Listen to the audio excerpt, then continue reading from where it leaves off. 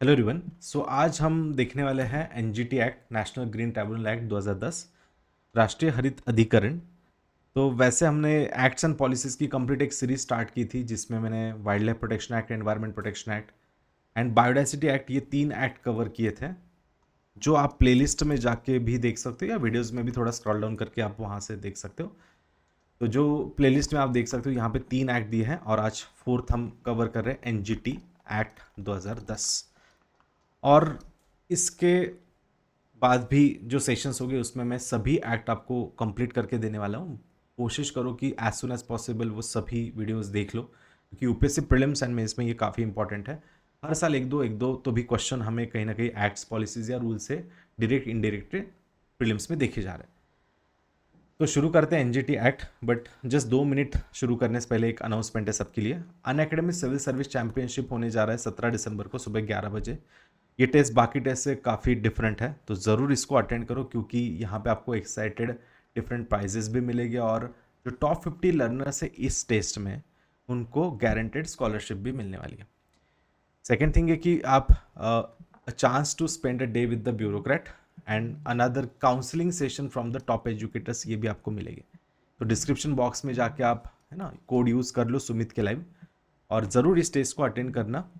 और इतना ही नहीं, तो ये टेस्ट में बहुत सारे all over India students exam देने वाले हैं, तो आपको आपका रैंक वगैरह समझ में आएगा और क्वेश्चन क्वालिटी भी काफ़ी बेस्ट होगी as per the UPSC patterns. देख सकते हो आप उस टेस्ट होने वाली, तो इसको ज़रूर अटेंड करें एंड टेक द बेनिफिट्स। चलो तो शुरू करते हैं एनजीटी एक्ट 2010। तो आज हम देखने वाले थोड़ा बैकग्राउंड, क्या है एनजीटी एक्ट का, कैसा आया, कब आया, क्यों आया, इसका कोई कॉन्स्टिट्यूशन से रिलेशन है क्या, इंटरनेशनल कन्वेंशन इससे रिलेट कुछ करती है, देन पावर क्या है इस ट्राइब्यूनल के, या इनके रिसेंट जजमेंट्स क्या है, देन रीजनल बेंचेस कौन सी है, फिर ये चेयरपर्सन कौन होते हैं, मेंबर्स कौन होते हैं, उनका टाइम पीरियड कितना होता है। तो ये सारी चीज़ें हम यहाँ पे डिस्कस करेंगे। And apart from this, NGT एक ट्राइब्यूनल है, तो इस ट्राइब्यूनल में हम कब जा सकते हैं या कौन से एक्ट्स वायलेट होते हैं, तो उन पूरे एक्ट की लिस्ट हम आगे देखेंगे एंड बाकी फिर कंक्लूजन में स्ट्रेंथ एंड चैलेंजेस वगैरह डिस्कस करेंगे। तो शुरू करने से पहले देखो, एनजीटी तो 2010 में है, बट 2010 से पहले क्या कोई एनवायरमेंटल केसेस नहीं हुई क्या? हुई होगी। तो वो जो एनवायरमेंटल रिलेटेड केसेस है, या किसी को कंपेंसेशन देना, या कोई एनवायरमेंट काफ़ी डैमेज हो चुका है कोई कंपनी की वजह से, तो ये सारे जो मैटर्स है पहले वो कहाँ जाते थे? Supreme court and high court में। और सुप्रीम कोर्ट, हाई कोर्ट में ऑलरेडी इतना अदर केसेस का, human rights related cases, criminal cases या फिर अदर सिविल केसेस, इनका इतना बर्डन होता है, तो उसमें फिर ये एनवायरमेंटल केसेस कहीं ना कहीं और ज़्यादा बर्डन इस supreme court and high Court पे क्रिएट कर रहे थे। तो इसीलिए हमने ये देखा कि अब कोई तो भी एक बॉडी की ज़रूरत है, एनजीटी या ट्राइब्यूनल की कोई ज़रूरत है। और अपार्ट फ्रॉम दिस, कि इन एनवायरमेंटल केसेस का काफ़ी लंबा चलना भी अच्छा नहीं है। मतलब जैसे कि आप जानते हो, तारीख पे तारीख काफ़ी ज़्यादा हो जाते हैं अगर कोई cases supreme Court, High court में चली जाती है। तो जो एनवायरमेंटल कंपेंसेशन है या एनवायरमेंटल जो डैमेज है, वो तब का तब वहाँ पे रिजॉल्व होना ज़रूरी है। वो तभी का तभी सॉल्व अगर हो जाए, वो कंपेंसेशन उन अफेक्टेड लोगों को तुरंत अगर मिल जाए, तो वो सबसे बेस्ट होगा। तो इसीलिए एनजीटी हमने क्रिएट किया, जिससे effective expeditious disposal of the cases जो एनवायरमेंट रिलेटेड रहेगी, एनवायरमेंटल प्रोटेक्शन रिलेटेड होगी, नेचुरल रिसोर्सेज रिलेटेड है, फॉरेस्ट रिलेटेड अगर कोई केसेस होगी, तो वो इमीजिएटली वहाँ पे डिस्पोज हो। तो कितना इमीजिएटली, क्या सच में होता है इमीजिएटली? तो यस, जब भी इनके पास एप्लीकेशन आएगा, तो उसके विद इन 6 मंथ वो केस का फाइनल वर्डिक्ट लाना ये ट्राइब्यूनल के लिए मैंडेटरी है। मतलब आज के डेट में अगर केस आती है, तो वो केस जैसे इंट्रोड्यूस हो जाती है, उसके विद इन 6 मंथ उसका फाइनल डिसीजन जाना इंपॉर्टेंट है। और वो इसी को हम कह सकते हैं कि फास्ट केसेस का डिस्पोज ऑफ हो रहा है। इवन एनजीटी भी सो मोटो ले सकता है। सो मोटो मतलब क्या है कि एनजीटी खुद अगर कहीं पे एनवायरमेंटल डैमेज हो रहा है, या समझ लो कि यमुना में काफ़ी पोल्यूशन हो रहा है कोई कंपनी के द्वारा, वेस्ट वाटर अगर वो छोड़ रहे बहुत ज़्यादा, तो वो एनजीटी के अगर नज़र में आ जाता है, तो एनजीटी डायरेक्टली उस कंपनी पे केस कर सकती है। वहाँ पे कोई एप्लीकेंट आने की या कोई एनजीओ आने की कोई कोई राह देखने की ज़रूरत नहीं है। तो वहाँ पे डायरेक्टली एनजीटी सो मोटो भी ले सकता है। तो इसी प्रकार से ये ट्राइब्यूनल एस्टैब्लिश हुआ 2010 में अंडर द एनजीटी एक्ट 2010। तो कोई भी एक्ट के अंडर एस्टैब्लिश होता है कोई ट्राइब्यूनल या कोई अथॉरिटी, तो हम उसको डेफिनेटली क्या कहते हैं, statutory. So it is a statutory body, एक वैधानिक संस्था है, ठीक है। तो आफ्टर दैट इस एक्ट के अंडर जो भी वर्डिक्ट दिए जाता है तो वो किस प्रकार के हो सकते हैं, तो mostly civil cases matter related होते हैं, मतलब फाइन लगा सकते हैं इन पे या उस कंपनी को बंद कर सकते हैं। बट अगर बहुत ही एक्सट्रीम केस होगी कि कोई अगर इन एक्ट्स के प्रोविजंस को अगर कंप्लायंस मतलब नॉन कंप्लायंस कर रहे हैं, मतलब बेसिकली उसको कंप्लीट नहीं कर रहे हैं, उसको मान नहीं रहे हैं, उसको वायलेट कर रहे हैं, so then penalty for non compliance is up to 3 years imprisonment भी करने के राइट्स इनको है। एंड फाइन्स अगर देखे जाए तो 10 करोड़ तक के भी फाइन से या बोथ भी हो सकता है। तो इतने पावर है इनके पास। आफ्टर दैट अब एनजीटी में जो कॉन्स्टिट्यूशनल कनेक्शन क्या है, तो देखो article 21 of our constitution as मतलब काफ़ी सारे स्टूडेंट्स को पता होगा, which is right to life and personal liberty, कि जिसमें क्या है हमें एक जीने का अधिकार है। बट सिर्फ जीना मतलब क्या है कि ऐसा नहीं कि सांस लेना और चलते रहना है, तो अच्छा जीने का अधिकार, राइट, एक हमें अच्छा एनवायरनमेंट मिले, ये स्टेट और सेंटर की रिस्पॉन्सिबिलिटी। अगर हम जहाँ रहते हैं वहाँ पे बहुत ही गंदा पानी है, राइट, या वहाँ पे काफ़ी ज़्यादा डेंगू फैला है, चिकनगुनिया फैला है, और उससे अगर किसी को ये मतलब डिसीज़ काफ़ी स्प्रेड हो जाता है और उनकी डेथ हो जाती है, तो ऑब्वियसली यहाँ पे हम सेंटर और स्टेट को रिस्पॉन्सिबल पकड़ सकते हैं। तो एक बेसिकली क्या है कि उस सिटीज़न को या वहाँ पे रहने वाले लोगों को एक अच्छा राइट टू लाइफ या अच्छी लाइफ या अच्छा एनवायरनमेंट मिलने का अधिकार है। तो इसलिए डायरेक्टली तो आर्टिकल 21 में मेंशन नहीं है, बट जहाँ पे राइट टू लाइफ आती है तो उसमें ये भी आता है कि a good life, a good environment to live that life. Okay, तो इसको ज़रूर समझ ले। तो आर्टिकल 21 का कहीं ना कहीं इंस्पिरेशन हम ले सकते हैं या कहीं ना कहीं प्रोटेक्शन भी एनजीटी एक्ट के द्वारा हो सकता है। अगर ऐसा कुछ कहीं पे हो रहा है, यहाँ पे कोई वाटर पोल्यूशन हो रहा है, एयर पोल्यूशन हो रहा है, तो उस पर या कोई कंपनी के द्वारा अगर इनकेस कुछ अगर वहाँ पे फेलियर्स हो जाता है और उससे लोग कुछ अफेक्ट होते हैं तो उनको कंपेंसेशन देना, ये भी एनजीटी के अंडर आएगा। तो it is basically based on the environmental justice. तो बढ़ते आगे फिर, तो एनवायरमेंटल जस्टिस जैसे मैंने कहा, the enforcement of any legal right to relating to environment and giving relief and compensation to damages, जो अभी हमने देखा कि लगभग है ना 3 साल तक की सज़ा दी जा सकती है और 10 करोड़ तक के फाइन, है ना, for damages to person and property. मतलब ऐसा नहीं कि सिर्फ एनवायरमेंट बट पर्सन को भी है ना कंपेंसेशन मिल सकता है। देन आफ्टर दैट अब इंटरनेशनल कनेक्शन क्या है एनजीटी का। तो जैसे 1992 का अर्थ समिट हुआ था, जो मैंने काफ़ी सेशंस में अभी तक डिस्कस किया है, जिसके अंडर अर्थ समिट जिसको हम कहते हैं रियो समिट, अर्थ समिट, जिसमें यूएनएफसीसीसी, सीबीडी, यूएनसीसीडी, एजेंडा 21, ये सारे कंपोनेंट्स आए थे। वही वाला 1992 का earth summit, the most important environmental convention जो हुआ है अभी तक, वो है 1992 का रियो समिट। तो उसमें इंडिया ने प्लेज किया था, या India what that the participating states to provide judicial and administrative remedies to victims of the pollutants and other environmental damages। मतलब जो भी कंट्रीज इसमें पार्ट बनी थी, उन्होंने सबने कहा था कि हमारे कंट्री में अगर कोई पोल्यूटेंट्स हो, एनवायरमेंटल डैमेज है, तो उसका कंपेंसेशन करने के लिए कोई ना कोई एक जुडिशियल एंड एडमिनिस्ट्रेटिव बॉडी हम क्रिएट करेंगे। तो बिल्कुल इंडिया ने जो प्रतिज्ञा की थी उसके अकॉर्डिंगली हमने 2010 में फिर एनजीटी को क्रिएट किया। तो ये कहीं ना कहीं एक इंटरनेशनल कन्वेंशन का कनेक्शन हम दे सकते हैं। नेक्स्ट है, India is the only third country after Australia New Zealand, कि ऑस्ट्रेलिया न्यूजीलैंड के आफ्टर हम ओनली तीसरी कंट्री की जो इस प्रकार की एनवायरमेंट रिलेटेड ट्राइब्यूनल लेके आए हैं। And this is the first body of its kind that is required by its parent statute to apply polluter pay principle. मतलब इंडिया में पहली ऐसी ये बॉडी की जो पोल्यूटर पे प्रिंसिपल लेके आ गया, मतलब जो पोल्यूट करेगा ज़्यादा तो उनको पे करना पड़ेगा या उनको कंपेंसेट करना पड़ेगा। And it is the principle of sustainable development. Obviously कि मतलब डेवलपमेंट करो, नहीं करना ऐसा तो नहीं है कि एनजीटी ऐसा नहीं कि कोई भी प्रोजेक्ट आ गया उसको बंद ही कर दे रहे हैं। बिल्कुल आप प्रोजेक्ट करो बट सस्टेनेबली उसको डेवलप करो जिससे एनवायरनमेंट को डैमेज ना हो, अगर होगा तो पे करो। अब रही बात रिसेंट जजमेंट्स क्या है एनजीटी के, तो एनजीटी के अंडर आप जानते हो रिसेंटली ग्रेट निकोबार में काफ़ी बड़ा प्रोजेक्ट होने जा रहा था, ग्रीनफील्ड प्रोजेक्ट भी जिसको हम कहते हैं, जो लगभग एक पूरे ग्रेट निकोबार का होलिस्टिक डेवलपमेंट प्रोग्राम था। मोर देन 70,000 करोड़ का इन्वेस्टमेंट यहाँ पे होने वाला है, और इसको फिर मिनिस्ट्री ऑफ एनवायरनमेंट ने परमिशन दे दी थी, और काफ़ी क्लियरेंसेस इसमें पास आउट हो गए थे। तो एनजीटी ने देखा कि इस वजह से यहाँ पे जो स्पीसीज़ है वो काफ़ी सारे अफेक्ट हो गए और एनवायरनमेंट डैमेज होगा, तो उसको लगा दिया stay. Even recently supreme court ने भी इस पर स्टे लगा दिया, एंड दे सेड कि आप एक रिव्यू कमेटी लगा दो जिसमें एनवायरनमेंट क्लियरेंस किस बेसिस पे आपने दिए हैं, जबकि दिख रहा है इतना डैमेज हो रहा है, तो आप किस बेसिस पे आप इसको डेवलपमेंट के लिए परमिशन दिए हो। तो मतलब ये अधिकार है कि वो स्टे लगा सकता है।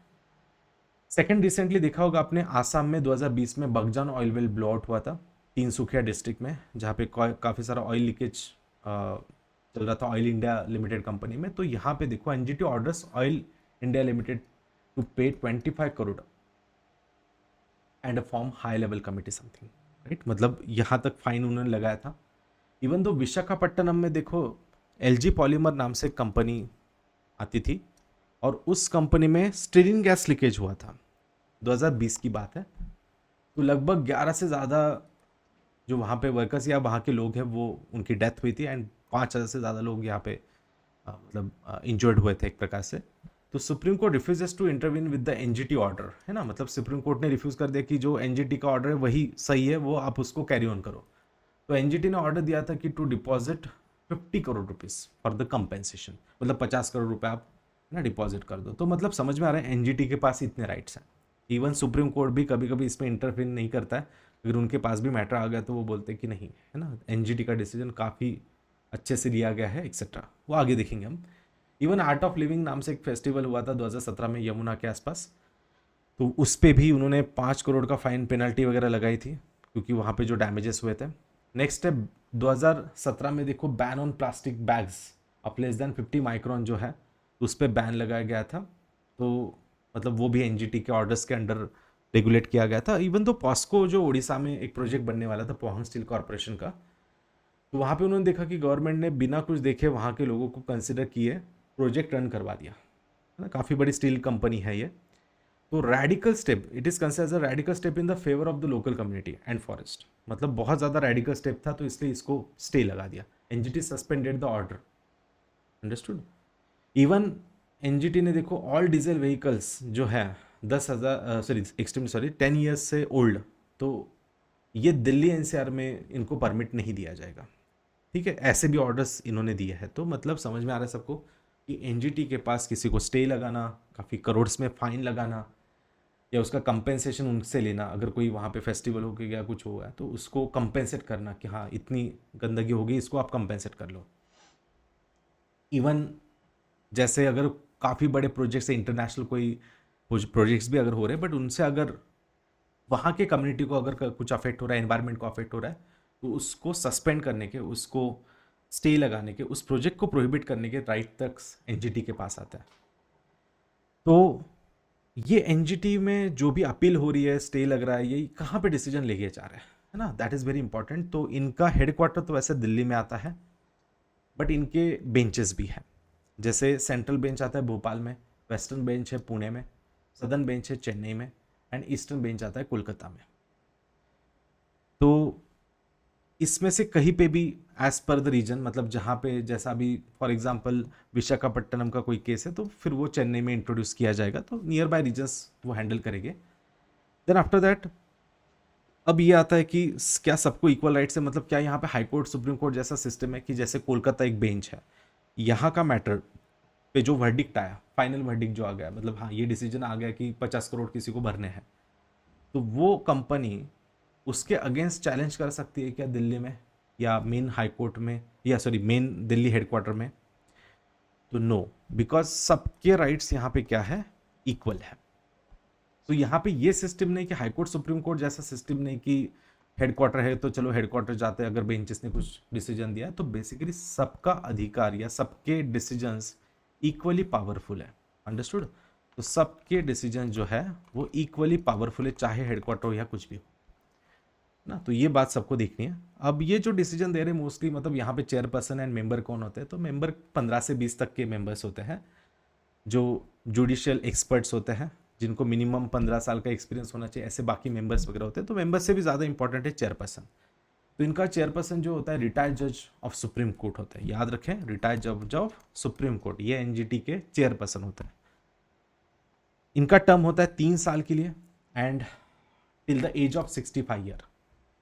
तो जो भी मतलब 65 ईयर्स या 3 ईयर्स है ना, यहाँ तक जो भी होगा वो उनका क्राइटेरिया होगा। एंड रीअपॉइंटमेंट होती है कि इनकी no, there is no reappointment.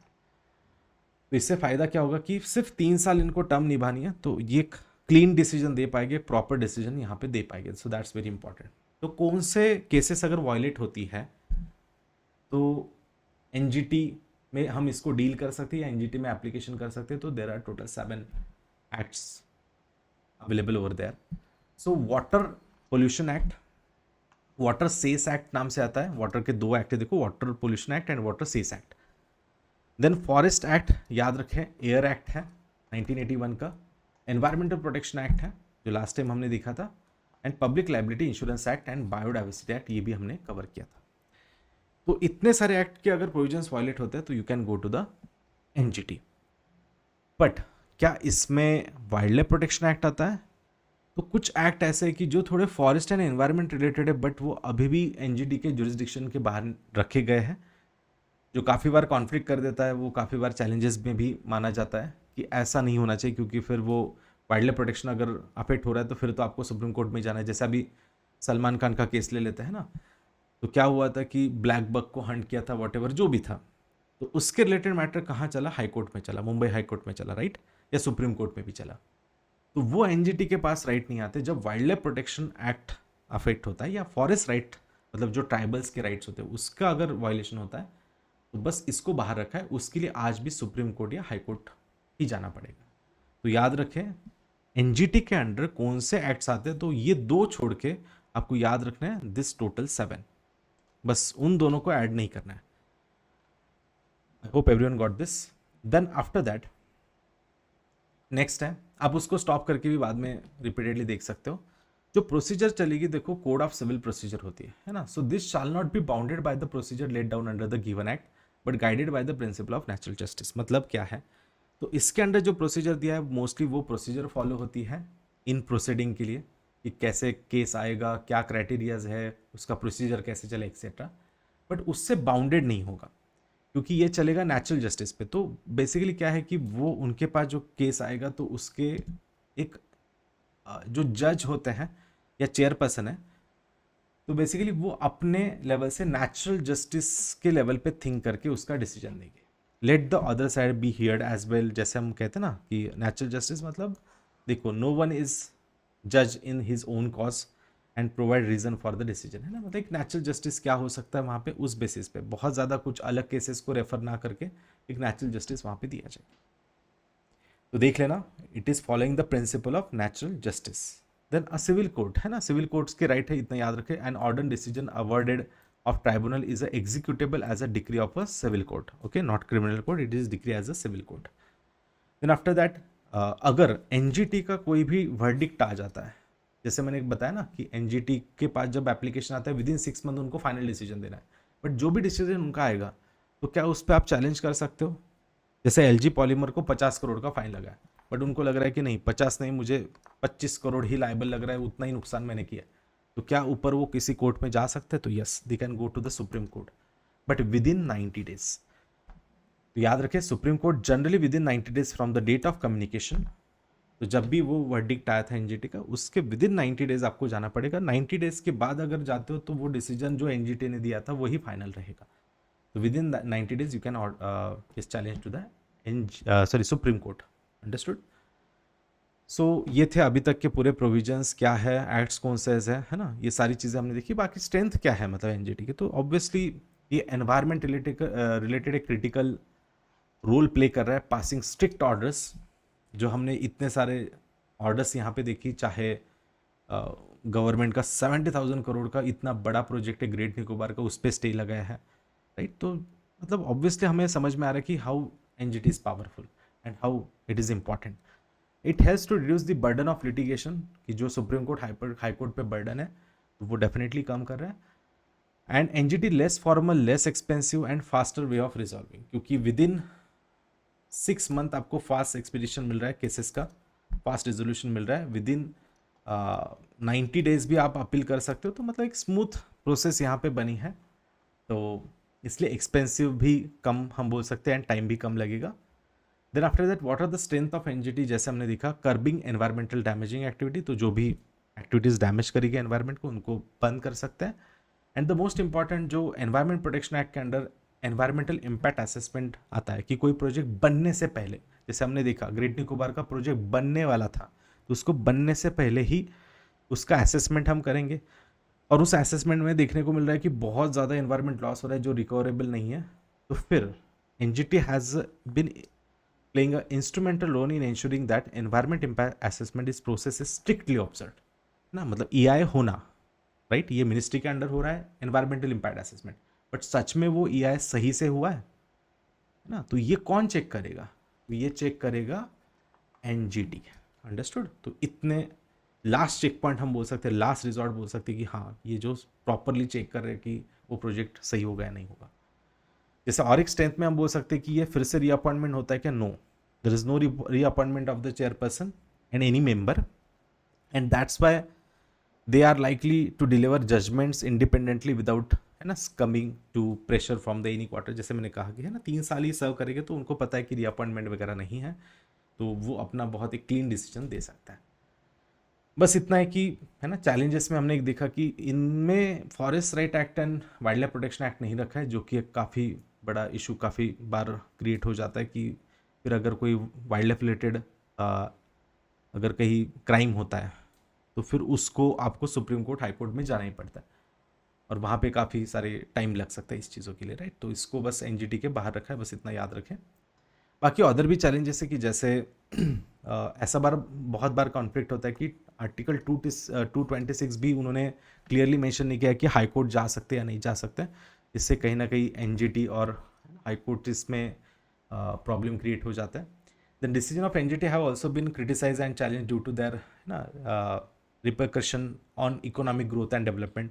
तो कहा जाता है कि मतलब सिर्फ हम एनवायरनमेंट को ही प्रोटेक्ट कर रहे हैं और फिर यहाँ पे डेवलपमेंट का क्या है, तो ये हमेशा डेवलपमेंट फर्स्ट या एनवायरनमेंट फर्स्ट, है ना, या स्ट्रैटेजिक, जैसे हम ग्रेट निकोबार को देख रहे हैं कि उसका स्ट्रैटेजिक इंपॉर्टेंस हमारे लिए बहुत है, क्योंकि इस्तेमाल करा थाईलैंड एंड चाइना मिलके बना रहे, तो हमारा प्रेजेंस भी वहाँ पे होना बहुत अच्छे से ज़रूरी है, राइट। तो फिर वहाँ पे आप किसको पहले देखें, इकोनॉमिक ग्रोथ को पहले देखें या फिर एनवायरनमेंट को पहले देखें, तो ऐसे काफ़ी सारे इश्यूज क्रिएट होते जाते हैं।